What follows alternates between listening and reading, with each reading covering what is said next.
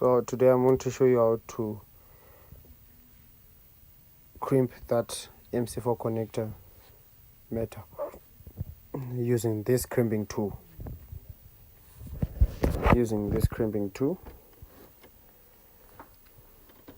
So you place it there.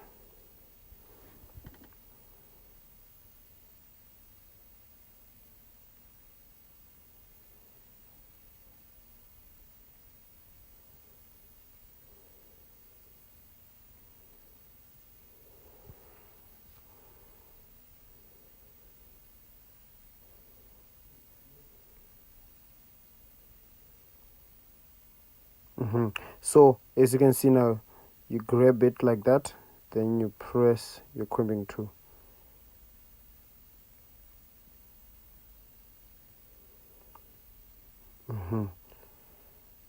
Now it's dragging. Let me show you.